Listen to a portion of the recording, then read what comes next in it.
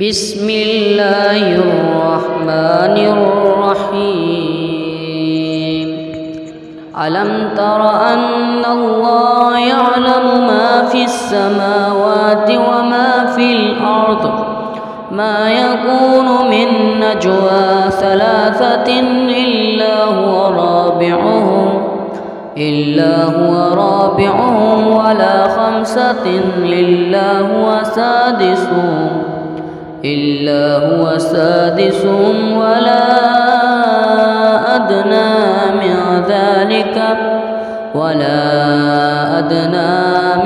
ذلك ولا أكثر إلا هو معهم أينما كانوا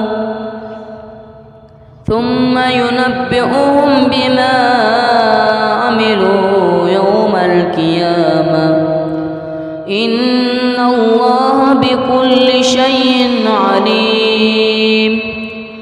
ألم تر إلى الذين نهوا عن النجوى ثم يعودون لما نهوا عنه ويتناجون بالإثم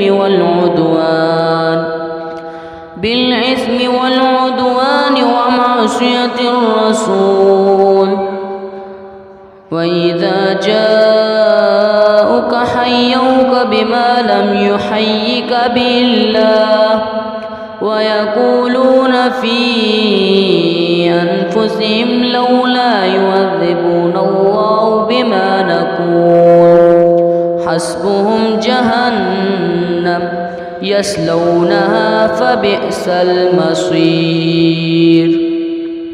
يا أيها الذين آمنوا إذا تناجيتم فلا تتناجوا بالإثم والعدوان ومعصية الرسول وتناجوا بالبر والتقوى واتقوا الله الذي إليه تحشرون.